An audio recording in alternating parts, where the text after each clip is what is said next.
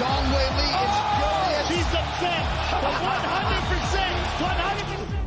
100%. 100%. Oh, welcome on in, everyone, to a brand new edition of Axe Kick Picks, episode 126. As always, we are presented by the great people over at Viva Tequila Seltzer. A little more on them in just a little. But, Joe, it is good to be with you after an amazing weekend in the combat sports world.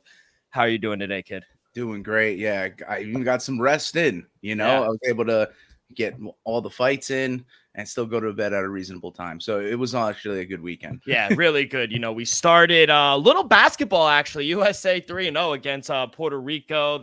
It was perfect. It was segue right from the Olympics to UFC Abu Dhabi. Well, actually, we could start on Friday. I think it started on Friday night. Yeah. Wake up basketball, Abu Dhabi. We got SummerSlam, and then it went right into Crawford Matrimov. So it was an amazing Saturday. People were like, "Oh, are you ready to hang?" I said, "I'm not moving from my chair." I'm sorry about that. I will not move. But let's actually start in the PFL Nashville. I thought it was a really good job. I hit my 3-leg parlay. Nice. Dennis Golsov, I mean, I think he's the real deal. And I know it's obviously not the heavyweight matchup a lot of people want, but I think they have a good matchup for the finals with Golsov and Popov, or Olga Popov. Yeah. What'd you think of that? Yeah, absolutely. They do have, I know it was a decision with the featured bout of the evening, but Oleg Popov is now on a 12-fight win streak where he could finish the job. And we know Dennis Golsov, he's been at the top of the PFL mountain for some time. So he looked as impressive as he always does. Getting that finish in Tim Johnson's no easy task. And yeah, no, he accomplished that. He made it look easy. I didn't see him getting out of there in the first round like that. And man, he looked impressive. So he should be the favorite. He's pretty much defending his title. He has been year in and year out. But I'm expecting a good matchup. I think the level that both of these guys are at are very close to one another. 100%. I was trying to get the odds for you if we have any. They already dropped some odds. That's interesting. Well, I was trying to get them for you if they had them, but all I can say about the PFL is that they really showcase their stars. Obviously with the main and co-main event, and they actually shined. They showcased. The only odds that they have for the next fight is Dakota Ditcheva versus Talia Santos, and I'll say this: Dakota Ditcheva is a star. I mean, she just we talk about this every, I guess, recap episode where we're like, she surprised us again. She looks better. I mean, she just looks better and better. I mean, those knees were vicious. Jenna Bishop just kind of crumbled in there, and a little, there was a little shit talking beforehand, and she let her know after she knocked her out in the first round. She went right up to her. Yeah, that's right. Yeah, she plays no games in there, man. Just the vicious, lethal combinations, the straights, the little uppercuts inside the clinch, man. She wasn't letting go of the back of the head. It just seems that anywhere the fight goes, Ditcheva does feel at home. She feels 100%. comfortable anywhere, and she has the skills to back it up. I wanted to see. I was saying that Jenna Bishop had a good ground game to maybe present some problems, but she didn't let her get going at all, and that just shows how good Dakota Ditcheva is. She is just the real deal. She said it beforehand. She said, jiu-jitsu is kind of boring. People want to see me in there and strike. And I bet she could compete if she did a grappling tournament. I bet she could win one. She trains at AT&T with a bunch of killers down there in South Florida. So I'm guessing it has to be good, but we all know her bread and butter is the striking. And I think she's so good, Joe, she doesn't even let them get close. I think that's the problem. And that test, like you said, for the odds being posted for that fight, that means it's highly anticipated. And if you can get past a UFC title challenger in Talia Santos, I mean, there's your test right there. If she passes that with flying colors, you have your answer. And I think up until this point, Jenna Bishop was her toughest challenge to date, and she made her look like easy cake. I don't think, now, I'll say this with a little hesitance, I don't think she'll get Talia Santos out in the first round. If she does, she'll make me eat my words. But I mean, credit to you. I thought that I credit to you because I thought that was the most entertaining close match fight to the card was Talia Santos and Liz Carmouche. And for a second, I really thought Liz Carmouche won. Talia Santos took to gas off the foot for some reason. I think she was coasting the last minute, but Liz Carmouche, credit to her, she knew she was down in the scorecard. She kept trying to take her down, and I thought it was a really good fight. Yeah, she's a grinder. She always has been, and the fight was still in her. She saw that she could probably have a path to victory if she kept pushing that pace, but Talia Santos is tough, man. 3 career losses and only to the upper echelon of fighters around the world. like we said, it's going to be a massive test for Dakota Ditcheva in that next round. But yeah, Liz Carmouche, I was worth a play, was worth a flyer. Being as a dog as she is, and she showed it. It was worth the sprinkle. But she'll be back. I felt she'd be at home with the format, probably have a couple advantages over Santos. But bro, great call on her and her futures here. I mean, and you said it. She definitely didn't deserve to be a plus 250, 260 underdog. It was a pick'em fight. I mean, the way she fought, it was a pick'em fight. So the value, you definitely got it there. And it was a coin flip fight. I mean, it was a split decision, and she winded up just getting the hand. Now, I said, regardless of who she fights, Dakota Ditcheva, she's going to be a 4-1 favorite. I'll say this. I didn't expect these odds. Can you guess? Obviously, Dakota's the favorite, but can you guess what she's favored by? Ooh, to Talia Santos. You know, I was going to say, because we're jumping up a level, maybe it's closer to a pick'em, but not. I'd say maybe like minus 160 for Dakota, and then maybe like plus 130 on the other way around. Minus 240 for Dakota Ditcheva, plus 205 for Talia Santos. Yeah. Now, that's the shortest odds Dakota Ditcheva has ever been in her professional career. I mean, it's worth it, I would think, at this point. That's what we're saying before. We're finding her at minus 400 this week, and it was worth it on that. And now you're getting her at even, minus 200, a $2 favorite. You're never, if she gets past Talia Santos, we'll never see Dakota at this price point again.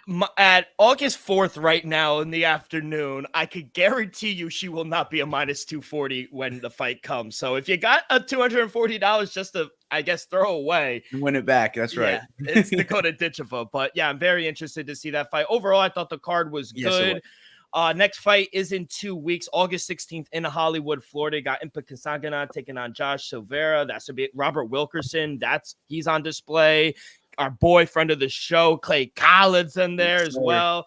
So it's the lightweights and the light heavyweights. And then August 23rd, the next week, I'm going to try to go. It's at the Anthem in Washington, D.C. It's the welterweights and the featherweights. Brendan Loughnane is there as well. So very good fights. I go 1-0. I just hit my the 3-leg parlay. It was minus 115, but I mean, they're all three big favorites. So I do well there. How did you do, PFL Nashville? I had plays for the majority of the card, and there was some surprising performances. I went in overall 7-2, so it was my best event of the week.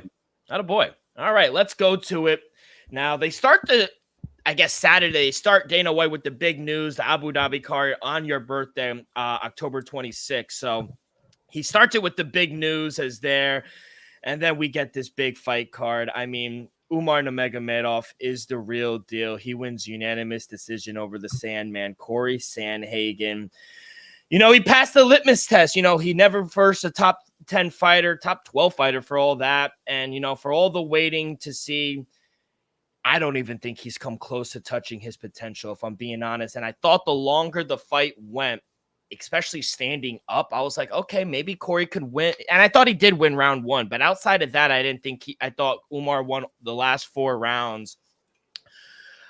Even in the stand-up, his striking looked good. The power shots actually came from Umar. And if you forget, I know people think, his last name is Nurmagomedov. He's just a grappler. No, he's actually a striker that turned into a grappler with his cousin. So I thought his testing, I thought he passed the testing on the feet. Obviously, we knew how good his ground game was, but Umar's the real deal, man. Yeah, and he was in full control of that fight, and it was surprising to see. We thought that this level step up would be maybe too significant to overcome, but he seems right at home. He's able to compete with the top of the 135-pound division across the world. I see that with his skill set, the ability, like you said, to incorporate the takedowns. That's why his stand-up is so effective. With all these new age Nurmagomedovs, man, they have all the skill sets that Khabib possessed with the addition of the striking. And we're just seeing that in full force with a lot of them. They all look good when it comes to exchanging on the feet. So, yeah, I really feel like Umar, he deserves to just take Corey Sandhagen's raking. If you look if you look at the future of how everything kind of plays out, I think that Umar, he was one of the lower ranked guys in the top 10. I think at 10, he deserves to get that jump. He beat the number 2 guy. I think you get that spot and how you did it as well. Yeah, no finish in there, but try to finish any of these 135 pounders. I think it's going to be very hard to do so. It's hard for me to see a finish with the 135 pound belt on the line at the Sphere. I think that's going to be a very competitive fight. So for the fact that he was able to stay up with Sandhagen and then to have the advantages on the ground, it speaks volumes to how he is and where he is as a fighter. Yeah, credit to him as well, because he's kind of been groomed, I would say. They wanted this fight last year, and I think regardless of who wins O'Malley v. Merab Dvalishvili, I think it's a good matchup for Umar regardless. And maybe I'm skipping ahead, but I do think Dana White has already said it. He will fight for the belt his next fight. Corey even said it after the fight to DC. He said, listen, the guy's fucking good, man. He beat me everywhere today. And credit to Corey. He was a gamer. I thought the rounds, even though I scored it 49-46, I thought every round was relatively close. Now, if I just say to a random person, oh, it was 50-45 or 49-46, they'd be like, oh, it was a dominant fight. I didn't think it was that dominant. I thought he just won the rounds. Yes, he just won the rounds. But I will say, regardless of who he fights next year for the belt, he has the advantage over whether it's Sean O'Malley or Yeah, it changed your opinion on it because I know going into it, you said Corey Sandhagen has a shot at the title if he gets past Umar, and Umar may have one kind of left before he can claim, a shot at the throne. But I guess it changed a little bit over the weekend. Oh, 100%. He made me a believer, man. And like you said, you beat a guy like Corey Sandhagen, who I feel like he's only lost to the champions. Outside of that, he's the guy. I know we always talk about these gateway guys, but if you beat a guy sitting at number 2 in the bantamweight division, Corey Sandhagen, you're going to fight for the title next. And yes, I think you can make an argument, and we'll talk about Deiveson Figueiredo. I think his resume is better at 135 than Umar Nurmagomedov's. I think that's a fair, I don't want to say criticism, but I think it's a fair thing to say. But Figgy has one more. Yeah, and is his short time being at 135. Yeah, 100%. So what do you see next for Corey Sandhagen? Because I think everyone could think Umar is next for the belt. I think that's not a hot take. Dana White has come out and said he will fight next for the belt. So what do you see for Corey Sandhagen? I think he makes a quick turnaround and tries to get back in the win column. Maybe fight a guy like Cheeto. They haven't fought before. I mean, he maybe could try to get the win back from Peter Yan, but something's telling me that might go with Figgy. Figgy might have to fight Peter Yan there. A lot of the guys have fights announced. They have fought already in the past, So yeah, maybe that's the one you set up. Maybe the 2 losers of this weekend, and it also matches up on their timetables. Yeah, and it could also kind of work out the vision if they were to fight. That's Cheeto Vera. Yeah, that's why I just think it works out because of the timetable. They both just lost. I don't think, even though we'll talk about it in a sec, I don't think Cheeto took much damage. Well, and that's the thing. Actually, they did fight. And so we talked about it. You said that Marlon Vera, though it was a split decision, he never won a round that Corey dominated. So maybe we don't run that back, actually. Maybe if Peter doesn't get his fight with Figgy, because I think Peter is kind of a wild card in that division, you can have him fight. Peter Yan could fight Corey or Figgy, depending on where he's at. Yeah, and I think, a lot of people, it made sense. We even talked about it before. We kind of were jumping the gun, like, hey, if Figueiredo winds up winning a fight with Piotr Yan, makes perfect sense. Yeah. And X blew up, or Twitter, whatever you call it, blew up saying that's the next fight to make, title eliminator at 135. And I think that's the right step. Excuse me, drinking a little beer here. I think we jumped the gun here because Umar Nurmagomedov will be fighting for the belt next. But now let me ask you this, and we'll be talking the Sphere card in just a little, but hypothetically, if Merab goes out there and wins, do you see an immediate rematch? Because as much as the UFC loves Sean O'Malley, I necessarily don't think so. I think they've been grooming Umar and they want to move in that direction. Is that fair to say? I mean, the namesake could carry it, Obviously, Sean's a superstar and will sell pay-per-views right now that he's winning. But a loss, I think it would put a little dent in that. I just wonder, they didn't give the immediate title shot to Aljo after the loss. So, I guess it would depend on how bad the loss would be. But like a close decision, maybe we get it back. And, if he somehow gets finished, and maybe we could see Umar get that title shot against Merab if that happens. 100%. So we'll see. I mean, 135 is amazing right now. Bantamweight, cannot wait to see that fight at the Sphere, O'Malley, Merab. But credit, Umar deserves all the credit. Big win in his home in Abu Dhabi, close to his home. And you always see them show out, all 3 of them, the cousins. You got Umar, Usman, and you also have Khabib. So I love them all. They're really good. Credit to Umar. Big win for him in the main event. Let's go to the co-main event. And actually the fight of the night, Shara Bullet winds up beating Michelle Oleksiejczuk, unanimous decision. I'll say this, he's very fun to watch, Shara Bullet. But the minute he fights a good wrestler, I think he's toast. And calling out Nick Diaz was a waste. I mean, if you're going to call out a wrestler, why don't you call out a guy who actually has some steam and who's winning? A guy like Chris Weidman.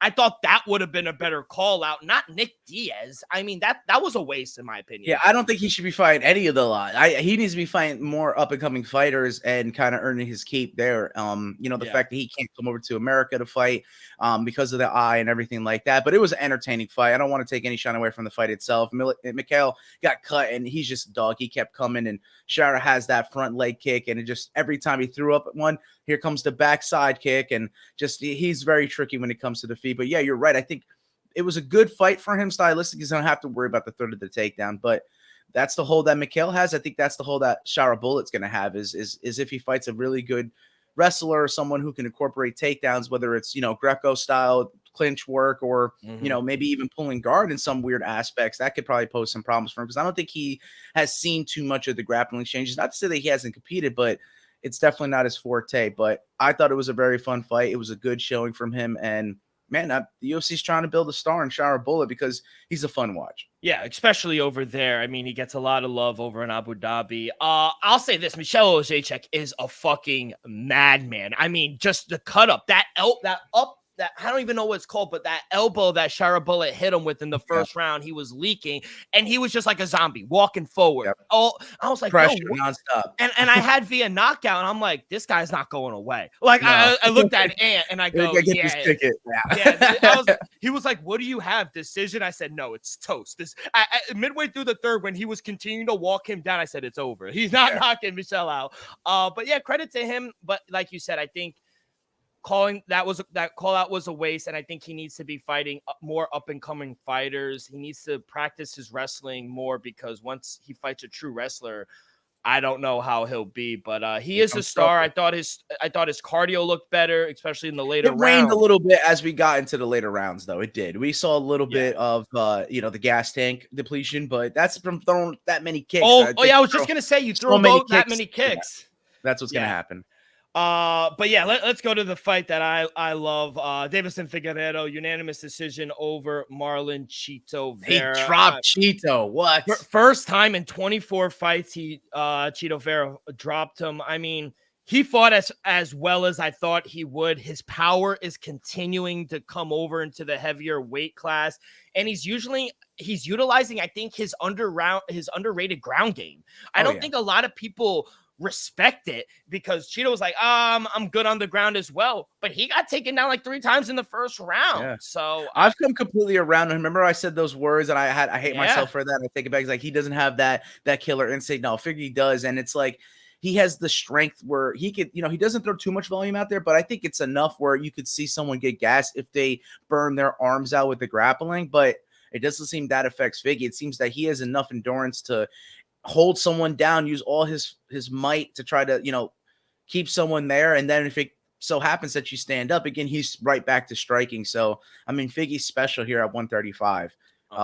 Man, I do think that you could give him the title shot as he argued about, but I feel like the fight with Peter Yan would be an amazing one because I think Peter Yan has a shot that if he beats, he kills this hype train at 135 for Figgy, man, he could argue for a title shot. Or maybe if Umar doesn't have a challenger, you got Peter Yan there. So, I mean, there's a lot to be done at 135. It's the deepest division. It's a fun one. And this fight was exactly that. It was fun. There's only 3 people coming for the belt. It's Petr Yan, Davison Figueiredo, and Umar Nurmagomedov. So I think 3 people have a claim to it. I think as much as like I made a claim for Figueiredo saying, he has a better resume at bantamweight than you could say Umar, I still think the fight with Petr Yan makes more sense. I still think he's one away, and I think that would be a title eliminator there. Now, Chito Vera, on the other hand, suffers his first 2-loss skid of his career.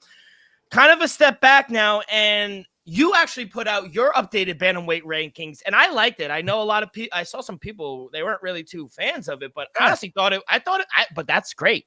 I love it, honestly. If you want to display or let the people know what your new rankings are, because I actually thought it was very objective and very kind of I had obviously 1 and 2. I mean, the champion 1, Sean and Marab, and then I put Umar at 2 because I said he would take Corey's spot. And I don't feel like, this is my opinion on the matter, besides Rob Font, who has that bad loss to Chito Vera, I don't feel like any fighter that was inactive should be, punished and should drop a ranking. So that's why I kept Peter at 3 and I put Figgy in at 4.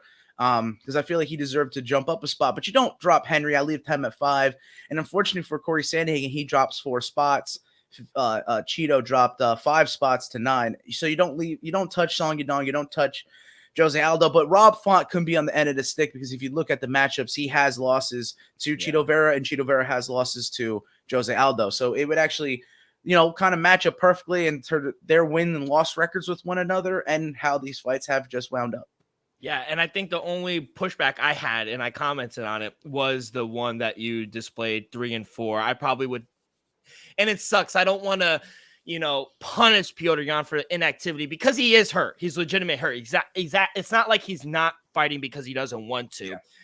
But the run that Figgy's on at 135, I'm awarding that in the top 3. Yeah. Like you said, these guys at the top, they're that one fight kind of argument away from a title shot. 100%. But what would you like to see from Cheeto next? Because I do imagine on Tuesday's rankings when they drop, he is going to drop. Now, I don't know if he drops 5 spots like you said, but I think he's still a top 10 fighter in this division. He just needs, He would still be, but I think he might have to fight someone in the top 15, maybe even someone unranked trying to make a big jump. I would hate to say Dominic Cruz, but I would know because they fought before he knocked him out.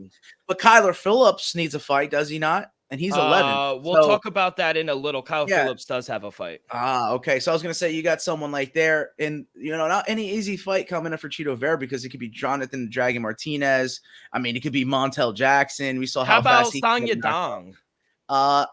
Did they fight? That's my question. I don't know if they fought, but if they did, I think that's a good top 10 fight for Chito Vera. It's a hard fight. Now, it's not a fucking easy because Song Yadong is. Well, they fought and he lost. Chito Vera lost to Song Yadong. Oh, wow. That was a main event at like a Apex back in the pandemic. I remember that. Yeah, and that's why it makes sense with it because that's why I have Chito behind both, Jose and Song Yadong. He lost to both of them. So you're right. He might be fighting outside the top 10 right now. Yeah, I'm thinking someone who was trying to break through the top 10, he's going to have to play gatekeeper too. But Joe, you mentioned a guy like Montel Jackson, who I saw live. I mean, you do not want to fight Montel Jackson. That's a tough fucking fight. Yeah, absolutely. He'll break through the top 10 if he gets that. That's a tough fight. Yeah, 100%. So, good win for Figueiredo. I think he does need one more. Let's go. I mean, this one was. We have to talk about it. Just for a little. I mean, quick and easy win, like I said, for Michael Chiesa. Yeah. Give him credit, though, on the mic after finally getting back into the win column, kind of giving the mic and all the praise to Tony Ferguson. Class act by Michael Chiesa. But, I think Michael Chiesa, real quick, give him the Nick Diaz fight. I like that fight for him. And I just wish he would retire Tony Ferguson. And I like how he did the one glove, kind of very Tony Ferguson-esque. Yeah, Tony Ferguson's type of guy to retire while not retiring, it was a tough one to swallow. I was on the edge of my seat rooting Tony on. But that's it. I called it. I know you said that he's gonna try to stay in there, but man, all-time losing streak, 8 consecutive beats BJ Penn, and that's a record you don't want. He went from the historic 12-fight win streak to the historic 8-fight losing streak, and it was a wild ride. And I was somewhere between crying and screaming during that. And kudos to Michael Chiesa. He got the job done. Went in there and was a professional. He did what he needed to do. But I guess if the UFC ever needs a fight, they can always call Tony Ferguson. It's crazy because the UFC has adopted and gained so many new fans from the pandemic days. It's crazy that the new fans have never seen Tony Ferguson win a fight. Yeah. That That's what really blows my mind. There was a time back in the day where he was cutting these fucking guys open with his elbow. And that goes for a lot of fighters. And then they see Anderson Silva, the BJ Penn past their prime. And you got to see and take these fighters for what they're worth in their prime. And Tony Ferguson in his prime is arguably one of the most dangerous, scary, terrifying, intimidating fighters you'd ever have to, stare across the octagon against. People said if they had their all-time pound-for-pound rankings, Tony Ferguson would be up there, and it wouldn't be a surprise. No, I could see it, man. Yeah, that's what I'm saying. That time, nobody wanted to fight. He literally was the boogeyman. He lived up to his nickname, El Cucuy. Joey, it's so sad. 2-8 in his last 10 since blowing his knee out on the wire. He was never the same. Granted, he won the 2 after that, but he lost 8 straight. I mean, it's sad, and I love it because after the ring with DC, and I love how they hugged it out. He goes out and goes, "I might actually not retire," and he's like, "I'm still in the gym trying to find ways to win," and that's what you love about this guy. Yeah. He is desperate. He is still in the gym at such not an old age, but olding in fighting style. He's still in the gym trying to figure out what he could do to right his wrong and go out on a win. Yeah, that's the character of Tony Ferguson. He will never stop. Yeah, it's sad that he never really fought for undisputed gold, interim lightweight champion, but he puts the one glove down, he takes one glove with him. Classic Tony Ferguson. But Michael Chiesa, though, on the other side, you like the Nick Diaz fight that I said? Oh no? Man, I don't know why they're calling Nick Diaz out, man, and I don't know what to do with Michael Chiesa. It's a weird spot for the man. So I don't know. We'll probably see him on the fight desk, talking next week's fights, that quick turnaround. So, man of many talents. I just don't know what to make of him with his stage of his career and what the UFC wants to do next. Solid win for Mackenzie Dern. Good opponent against Lupi Godinez. Her striking looked better, like we alluded to, getting back with Jason Perillo. But she can't get her jiu-jitsu going if she keeps getting herself into trouble. That's not what she needs. I thought that sometimes she got a little overzealous, but overall, I did think she won 2 rounds to 1. And I thought her striking, and we talked about Lupi Godinez moving her camp down to Mexico to train with the champ, Alexa Grasso, and the team down there. Her boxing looked much crisper. But I thought... I was going to say, I think you explained it perfectly. Overall, it was a good fight, and she didn't go outside the box too much, which I thought was, akin to Jason Perillo, not going too far, taking the risk as you assessed to prior. She looked very in control, defensively sound, making a lot of improvements, and she's back on the win column, so that's really good for Mackenzie Dern. For Lupi Godinez, coming off my most improved fighter list, and now coming off 2 straight losses this year, she's got to get back on the horse somehow. What do you see next for Mackenzie Dern? She's at 7, I think a top 5 fight. She's looked good. Even in her losses, I'll say they've been very close. Man, she does have that win over Verna Jandrova, which is aging good. So, very well, yeah. Man, I wonder. I mean, Yan Xiaonan, maybe have they fought before? They did, and Yan Xiaonan barely got the split decision. So maybe right try to run that back, or Tatiana Suarez. Ooh, right, that's the boogeyman. So, but I think she would be comfortable on her back where most fighters aren't. Yeah, that's the thing. Yeah, that's the styles match up well there. But is that a big jump? Is Tatiana, we all know, is probably one fight away from the title. Is Mackenzie Dern 1 fight? She might be 2. No. That's what I'm. Yeah, I think she's 2. Yeah, sitting at 7, I think she's 2 fights away. But if she beats a girl like Tatiana Suarez. Yeah, she's next. Because Tatiana Suarez is next for that belt. Cannot wait for that fight whenever it does happen. What else do we got? Oh my God. It was a good Joel Alvarez. I mean, he is a beast. Put a rocket to this man's back and strap him. Shoot him off in the space. Yeah, very cool, calm, and collected in there against a wild Elvis Brenner. And first one to knock him out. And dude, 100% finish rate for Joel Alvarez. He's a savage. And I like everything about the dude. He's also massive for the 155-pound weight class. Massive. And outside of Ilia Topuria, I think he's the second best Spaniard on the roster right now, Joel Alvarez. But I mean, this guy's a beast right now. And I like the call out, Bobby Green. Yeah, I think that was a good one. He's like, you know what? No takedowns, no grappling. Let's just get it bang. Let's have a nice fight. And I love that from him. I do too. Future bout of the prelims. Your boy. My guy, Mirzakhanov, performance of the night. Dark horse. Solid finish over Menfield. I think it's time. I agree. I think it's a time for a step up in ranking and opponent. I mean, he fought Alonzo Menfield, which was 15th.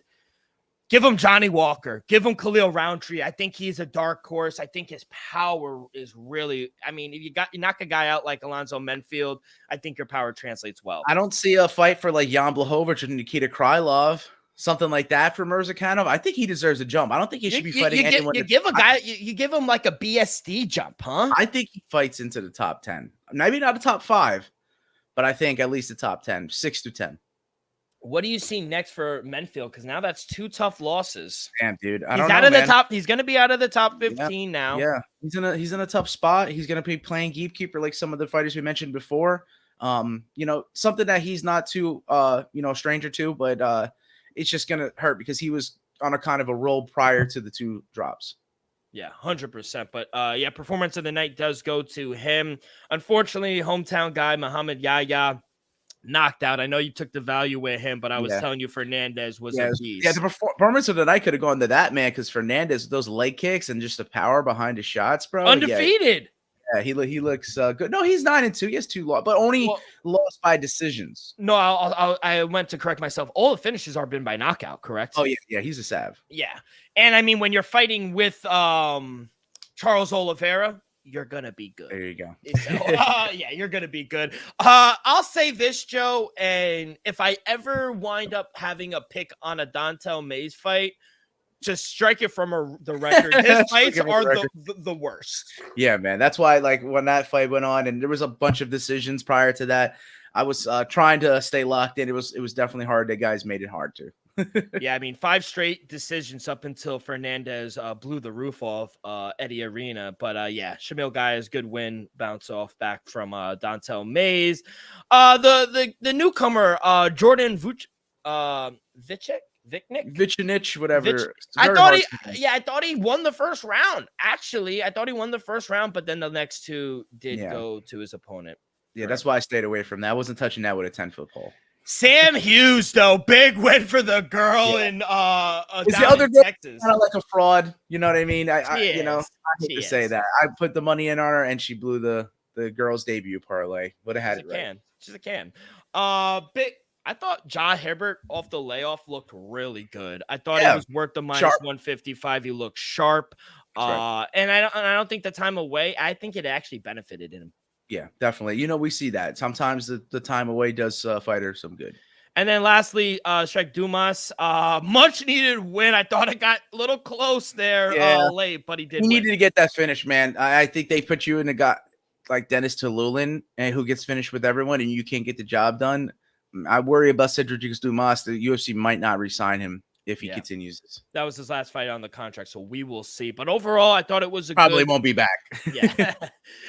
Overall, I did think it was a really good card, especially as it got after those 5 decisions. It got a much better. 5-2 on the night. I hit 5 straight. I thought I couldn't lose, but then my boy Shire Bullet didn't win, and then I took the chance on Corey. But 5-2, up 2.84 units. Overall, really good card. How'd you do, kid? I went 6-4. Yeah, I took some chances, with the big dogs. And you know what? Like I said, it was the last time I ever get to see Tony Ferguson. It's been a wild ride. Thank you, Tony. Yeah, absolutely. Let's go to SummerSlam. We'll talk about Bud in just a sec. SummerSlam, I thought it was amazing. I mean, how can we not talk about Roman Reigns entering? We took a shot. We were like, hey, do you think Roman comes out? And we said no, but I thought it was a perfect opportunity, don't you? Yeah, it worked perfectly. And man, the pop that he got when he came out, and then the ooh-ah was the biggest one that you've heard like the past 10 years, man. I tell you. Oh, it was insane. I love the original shirt, the original tribal chief. I mean, when Solo Sikoa came out and people were putting up the ones, I said, you are all frauds. See, I do not recognize him. And Jacob Fatui, I mean, he is a champion in the waiting. I mean, this guy is a beast. Yeah, dude, but he did hurt himself. Yeah, he'll be out for a little bit, but he did the jump, all that stuff. Cool. It's fine. It's fine. It's good that he can recover and then come back. and it'll be that Enforcer returns, you know. 6-1 for me. The only one I didn't get was Nia Bayley. Jax. Yeah, I didn't see that. That's the heat. You heard the vitriol in the crowd there. People I did went not 3 and like 4. I liked our preview to the show. It was a fun SummerSlam. I was Gunther winning was something else, man. Like it just feels right when Gunther won, right? Yeah, it did feel right, man. I mean, he's gonna bring legacy and establish that title even more. So not that Damian Priest did it, but he won on a cash in. Gunther wins straight up fair and square. I get the whole betrayal with Finn Balor, but still, the fact is he won straight up. So yeah, Gunther's got the title, and we'll see what the Judgment Day does now that they're pretty much. It was the end of the Judgment Day yesterday. Yeah. I mean, with Finn Balor, Dirty Dom. Liv, left with Mom. And shout out Jelly Roll. I mean, he choked slam Austin Theory. No, the choke slam was powerful. The jelly slam. Oh my god! But I love that. I mean, Damian Priest, it kind of came to an end. It was only a 3-month champ.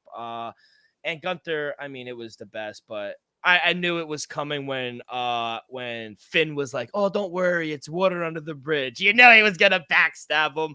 Yeah. I like the Drew McIntyre CM Punk. I thought that was a good, but for the first time, Michael Cole was correct.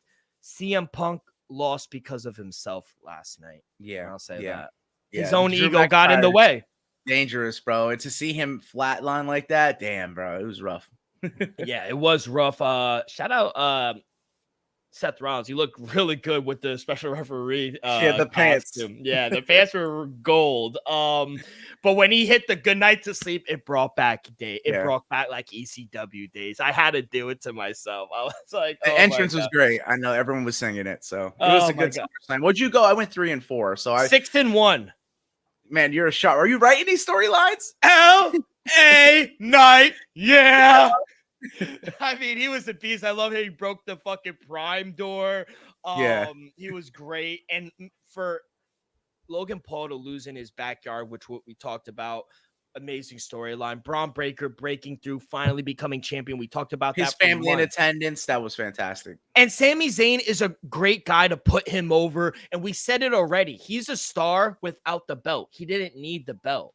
There you go. And then, I mean, to kick it off, and you knew it was going to turn. He turned on Mommy. And I think it all goes back to that one Raw where, Liv was out there up in the stands and she goes away crying. And Dom was like, "No, I don't want you." I think he was talking about Rhea Ripley, but, it's all like foreshadowing here. And that's kind of how I kind of watch SmackDown and Raw. It's like, I don't really think where are they going? Are they? Yeah, exactly. And then for him to tongue my girl down, I go, "Dirty Dom." I was so mad. But he's winning in life, this fucking guy. I mean, he had Mommy and then he has Liv. Like, God. Everyone thinks he's a scumbag. Do you hear Pat? He goes, "This fucking piece of shit trash." Trash. Oh my god. But it was amazing. But yeah, great SummerSlam. And then next up, Berlin Bash, end of September. So we'll talk about that August 30th, last week of August. But then the last night goes to the number 1 pound for pound champ. I said it. If he won today or last night, he was going to be up there. Terrence Crawford beats Matrimov, unanimous decision, 116-112, and then 115 times 113-2. I thought it was a very close fight, Joe. I did score it 115-113. I thought some of the middle rounds, Matrimov was kind of cruising. And to be honest, I thought it was a crafty performance from Matrimov. And I thought Crawford actually struggled to land his usually consistency counter strikes. But Crawford did do enough to win. I scored it, like I said, 115-113. How did you score? And did you think Bud won? Yeah, 100%. Yeah. And like I said, it was going to be a closer, contested fight than what we normally expect with the Bud Crawford fight. We expect him to really dominate and possibly get the finish in there. But, man, he just seems to be in the prime of his life at 36 years of age. And I do think that he deserves the number 1 shot, champion in 4 different weight classes, not just 2 as we thought. It's 4 different weight classes. This man has continually moved up and beat the who's who of every division. So I think you're right. I think he deserves to be the number one pound for pound. The most updated rankings. I guess I got to do one. There was a lot on this card that was shocking, but I didn't expect him to really bring Israel Madrimov to school like he did. And he just proves that he's the number one pound for pound fighter in the world. He's the man. You said the Canelo fight quite possibly might be the one that makes the most sense. We need to see that. We really, these guys won't happen. Yeah, these two won't be here for that much longer. I think right now in their prime and what their at box office level is, I think that's the fight you need to make. We need to see Canelo versus Terence Crawford.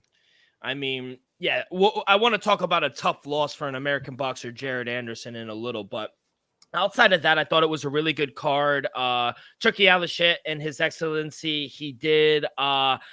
He made it clear last night he wants Terence Crawford and Canelo Alvarez or Virgil Ortiz, if Canelo doesn't accept the offer. But it has to happen, man. After this fight, like you mentioned, I just want to read off some of his resume. He's 41-0 with 31 knockouts. He's a 2-weight undisputed world champ, 4-weight world champ. He's a 3-weight Ring Magazine champ. At the age of just 36, and now it is young in the grand scheme of things, but in the fighting world, it is kind of old. At the age of 36, he's the WBO lightweight, the Ring lightweight, the WBA super lightweight, the WBC super lightweight, the IBF super lightweight, the WBO super lightweight, the Ring super lightweight, the W welterweight, WBC welterweight, IBF welterweight, WBO welterweight, Ring world welterweight, and now the WBA super welterweight champion. I mean, if he's not the number one pound for pound, I don't know who is. Just the title's like Infinity Stones, man. Seriously. Yeah, he's like fucking Thanos. Thanos. I wanted to say Thor for some reason. It's the beer. It's the IPA this morning. Yeah. But I mean, that's the next fight. It has to be Canelo, correct? Yeah, I would like that. And I think that would sell out, man. That would be one of the highest gates. It would be one of the highest pay-per-views. Yeah, and right now it just makes the most sense. And we want these fights. We want the best fighting the best. And it's just all timing up. We're getting these pound-for-pound fighters fighting one another. And I think all the credit goes to His Excellency. Last night, he was inducted into the Hall of Fame for Vegas boxing. I mean, he doesn't even do anything. He just puts these fights together, but I love it. Without him, we wouldn't have a lot of these fights nowadays. So 100%. So he kicked off Real season last night and with an amazing bang. By the way, was the end of the all news. By the way, thoughts on Eminem's performance? I thought it was amazing. Yeah, he's the man, bro. I fucking love Eminem. But yeah, you mentioned some tough losses on the card. You got the split decision with Andy Ruiz. Really tough loss, I think, for one of the USA's best boxers, Jared Anderson. Yeah. I mean, and he lost his belt and he got knocked out. I mean, he got knocked down in the first fucking round, and then Martin Boutin knocks him out in the fifth. He knocked him down twice in that round, and then the ref came in and was like, "It's." He played shocker to a lot of people's parlays. I bet a lot of tickets got burnt over this weekend. I think a lot of people had Isaac Cruz as well in the co-main event slot, and Jose Valenzuela took the belt from him. So, man, everyone who was champ, they lost their belts. And Andy Ruiz and Jarrell Miller, controversial draw. I think Jarrell Miller won that fight because as they got out of the first 4 rounds, Andy Ruiz was a shell of himself. He was totally gassed. And he looked so undersized against Big Baby. Big Baby looked to be 2 Andy Ruizes in there. I was just going to say he looked gassed. And after like the 3rd or 4th round, it kind of looked like he was a shell of himself. I thought you said it perfectly. So I didn't understand some of the judging. David Morrell and Andy Cruz both defended. So there were 2 belts that were defended. And that was my kind of like, kind of pause, because obviously Eddie Hearn came to his guy's defense and said these scorecards are atrocious. But I kind of disagree with that. He's just and Terence Crawford said it. He's defending his guy. He knows his guy lost. But big blow for Jared Anderson. I was really pulling for the guy. I'm a big fan of his and the future of heavyweight boxing for the United States. So brilliant win for Martin, but tough loss for him. But Terence Crawford has to be number 1. Alexander Usyk is number 2 now for me, and then Inoue is 3. I need an updated for you, kid. I'm going to get it up on X, so everyone stay tuned. Yeah. I went 1-1 for the weekend because I had the Andrew Ruiz getting the knockout, which could have happened early but didn't. And then I had Bud Crawford via decision. That hit for plus money. So 6-2. I lost on the Bud. That's 6-3. 12-4 overall on the weekend with SummerSlam boxing. Oh, wow. Everything. So 12-4. I did let's see. I have 11 losses. Did the math just now. That's what took me so long. I was doing the fucking math. 11 losses there. 17-11. No matter which side you took You were profitable, kid. That's right. That's all we fucking want. Before we get into some news, we did just talk about it in the beginning, the Abu Dhabi card. Quick word from our sponsor. We are brought to you each and every episode by the good people over at Viva Tequila Seltzer, the most refreshing hard seltzer on the market, hands down. There's no wonder why Viva was voted #1 hard seltzer in the world by San Francisco World Spirit Competition. With only 88 calories, 0 carbs, 0 sugar, and a light 4.5 ABV. Viva is the perfect drink for your post-game celebration, as it was created with that active lifestyle in mind. We favor tequila seltzer because flavor is the spice of life, and we like our drinks with just a kick, just like how we like our lives. Whether it's Huckleberry playing around a golf with the boys or their new flavor, coconut, it doesn't matter. Our favorites pair perfectly with our Artisanal Blanco tequila for their subtle and refreshing drink. Our belief here at Axe Cake Picks and at Viva is to live long, live well, and live it up. All right, kid. Like I said early in the day, Saturday morning, here comes Dana White. Big, boom. We're going to announce UFC Abu Dhabi 308, October 26th. Something else is happening that day. What is that day? Can you remind me? Refresh my mind. What is October 26th? My birthday. Hey, here you go. Okay, we got to harass Dana White for some tickets. But Dana. I mean, what a fucking event. I mean, it was originally it was supposed to headline Islam and Arman, the rematch. But since Islam is hurt, now here comes Max Holloway and Ilya Topuria. And from what Ariel Helwani reported, both camps are extremely happy that they're fighting in Abu Dhabi and not Salt Lake City. So that's headline. At sea level, not elevation. Yeah, exactly. They're going to fight in Abu Dhabi. That is going to be for the featherweight title. No BMF titles on the line, surprisingly enough, because Ilya Topuria said your title is going to be on the line. Co-main event, 5-round co-main event. Robert Whittaker is a savage. He said, fuck it. Let's do it again. Plus 3,000 for this fight to actually happen, Joe. Is there real odds like that? No, I'm just goofing around because I don't know if it's going to actually happen. But I'm glad that they're rebooking it. He was a little sick. He's fine now, apparently. So they're going to run that back. Co-main event, 5 rounds. Cyril Gahn and Alexander Volkov 2. Big step up for Alexander Volkov. They're running it back. And let's see. Cyril Gahn's been away filming movies for a while. Let's see if he still has it. Surprisingly enough, though, Magomed Ankalaev is taking on Alexander Rakic, coming off a bad knockout loss to Yuri at UFC 300. Magomed, we all thought, was next in line for Alex Poatan Pereira. Poatan and Ariel Helwani came out and said their plans are TBD, which means they're going up to heavyweight. They're not going to fight. And then also will happen. Yeah, exactly. We all wanted that as well. And then a really banger fight, I think, on the main card to open the main card.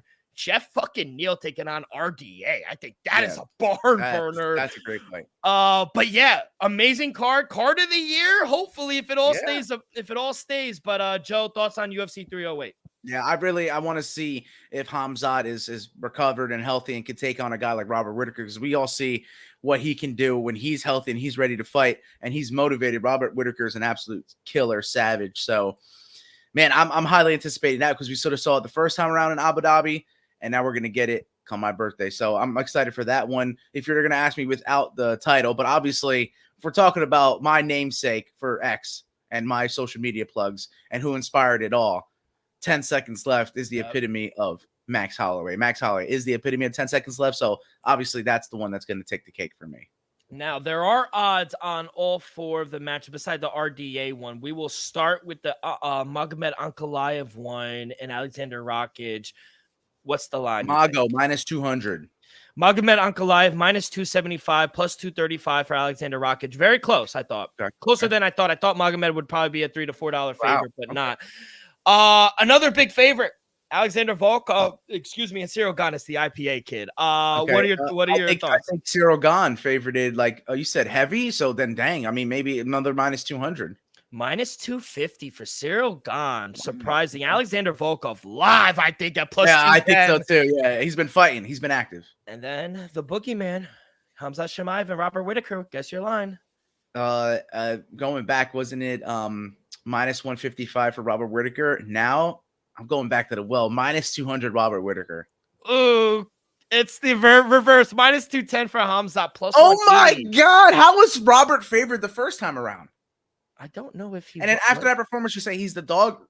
Bobby Knuckles is live. In a 5-round too, and that's the thing 100%. we've all wanted to see with Hamzat is his cardio. Can he do a 5-round? We will see, but I agree. Plus 180, I think he's live. And then the main event, what do you think?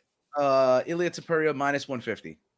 Close. Minus 175 for Ilya Tapuria, plus 150 for the legend, bless Max Holloway. He's live too. Dogs are barking. I was just gonna say 3 out of the 4. I like the dogs Yes, early, sir. kid.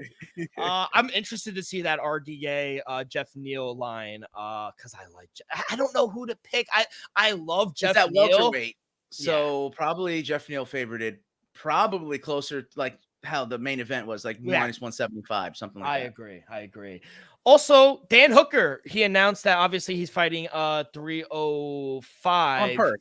in Perth. He has a 5-fight new deal at the UFC. So he signed a 5 deal. He's staying with the promotion.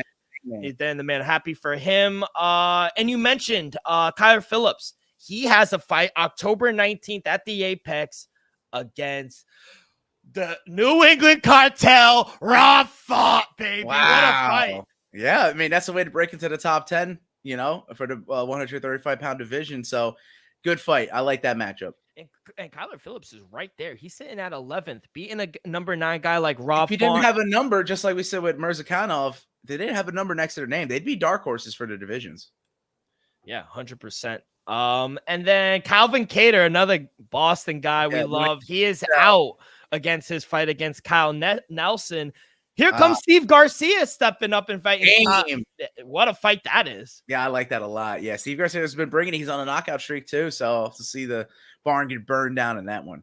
And we all know last week, Muhammad Makayev, he is done PFL president after PFL Nashville. Yeah, President Ray Sefo said the promotion is not interested. He spoke to people close in the business and said he's a pain in the ass. He doesn't treat the staff at the UFC well. Joe, I mean, I don't mean to laugh, but this just keeps getting better and better. Like, who's going to sign this guy? Yeah, I heard what he came out and said in an interview. He's like, "Oh, come on, Hunter Campbell." He's like, "Just I'll let fight me for free. I'll fight for free." Which I call cap. Reeks of desperation. Yeah, Not good. Which I call cap. Which would be a tragedy on a man's career. But I mean, it's not the first time. You know, stranger things have happened.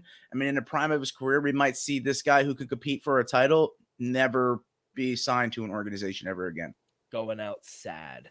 And then the last thing, I know I said I didn't have anything, but I do remember yesterday, Shakur Stevenson was ringside next to Eddie Hearn, so it all looks like everything's leaning towards that way. Him and Vasily Lomachenko, they were exchanging some words last night after the Bud Crawford fight. It's crazy to me that Lomachenko's coming out with his chest rah-rah after you didn't want to fight Tank.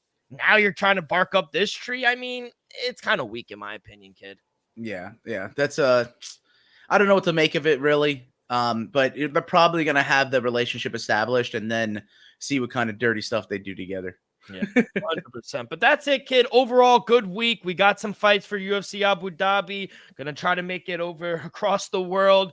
But kid, any last words before we get up out of here? Yeah, no, I'm seeing Invicta. Jennifer Maia will be main eventing, so I'll probably have that for 10 seconds left. And then Dana White Contender Series is starting up again, so I'll have 10 seconds left for our recap episodes. Nothing for this week, but I will for next. Yeah, and we're locked and loaded. The UFC does not stop. We are back at the Apex. Marcin Tybura taking on Sergey Spivak, a heavyweight bout.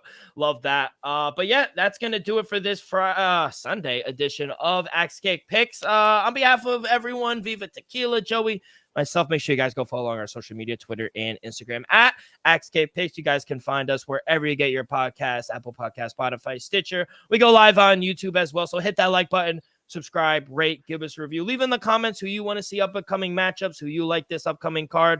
All that good stuff really helps the show grow tremendously. So be a friend, tell a friend. Everyone have a great week, and we will see you guys on Friday.